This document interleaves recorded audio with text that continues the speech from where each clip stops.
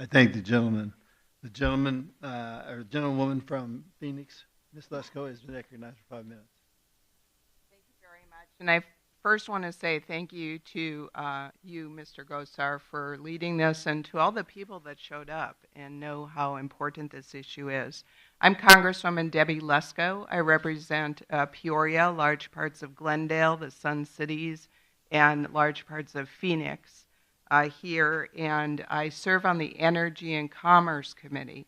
And so Paul serves on the Natural Resources Committee dealing with mining and critical minerals. But the energy portion of what I serve on relies on those critical minerals. And so I can't overemphasize to you how important this hearing is and this issue is. I just got back from a trip from Japan and South Korea. And it was an energy trip, but part of the trip we went to an Air Force base and a Navy base. And we got briefings about the importance of the region and the threat from China. And we as Congress members hear a lot about the threat from China. They are U.S.'s major threat. And one of the things that we are giving to China right now is we're handing over to them through the Biden administration's policies.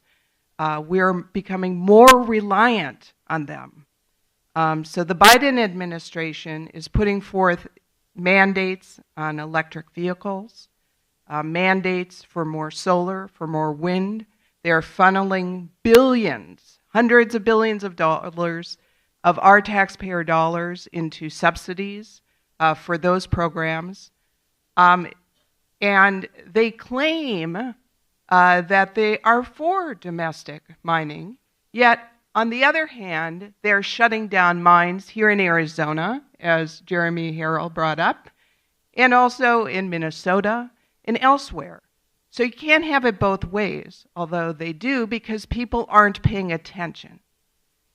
I truly believe that the policies that the Biden administration and Democrats are putting forward benefits China, does not benefit the United States. And we better wake up. We better wake up. We better get our act together, because otherwise we're going to be speaking Mandarin, and I don't want that. And we're going to be totally reliant on them. Look what happened in COVID-19. We found out just how reliant we are on China. Folks, we here, these Congress members here, are fighting for you. But it's a daily battle each and every day. So I really appreciate you coming out and listening about this and supporting us. And with the 2 minutes and 21 seconds I have left, I do have some questions. And the first one is going to be for Mr. Harrell. Mr. Harrell is with ClearPath, and they do a lot of work on energy issues in Washington, D.C. Mr. Harrell, states can speed up the permitting process by implementing federal requirements directly, like we've seen with states obtaining primacy for Class 6 wells, which is like carbon capture storage wells. Arizona is currently in the pre-application phase seeking Class 6 primacy from the EPA. The timeline will reflect a full 5 years from the inception of this process, to ultimately receiving approval between state and federal rulemaking. Mr. Harrell, what further reforms can be done to ensure future states going through this process and others similar to it have faster review timelines and greater process certainty? Thank you for the question, Congressman, and for your leadership. To underscore what she pointed out, this state is fortunate to have leaders like you across the energy committees, and so excited for it.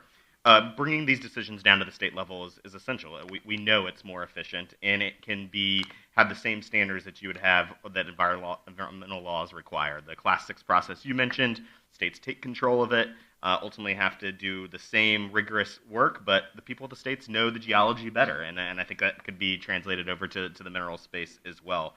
We've got to hold the agencies like the EPA account. they like to blame resources as a restriction, but Congress actually has tried to bolster that so we could increase the permitting process. We need to cut out litigation. We need to shorten the scope of things that challenge these type of stuff and bring more of these decisions to the state level. Thank you. And, you know, the Republicans passed H.R. 1, which you talked about, Mr. Harrell, and it basically will help reform permitting laws. And so can you tell us the status of where that's at? We passed it. Republicans passed it out of the House. I think we had did we have a few Democrats sign on? Right. And I think Joe Manchin is supportive of some of the permitting reforms, but what do you think the prospects are of that being passed out of the Senate? Yeah, no, it's a great question. One, House Republicans should be commended for making it, issue number one. It's literally H.R. 1 and saying that permitting is one of the most essential issues that we should be taking on. It got bipartisan support. House Republicans were able to secure components of that in the large debt deal that happened, which is a good start to the fight. And now I think we need to continue to lean in and do some more of these bigger reforms, particularly focused on judicial review and how we streamline more consideration. And so I think House Republicans should keep fighting, and I think in every package we have moving forward going through Congress, we should be getting another bite at the apple to help solve this problem. Thank you, and I yield back. I think the gentlelady, now we're going to get into our first of our freshmen. I yield 5 minutes to Mr. Crane for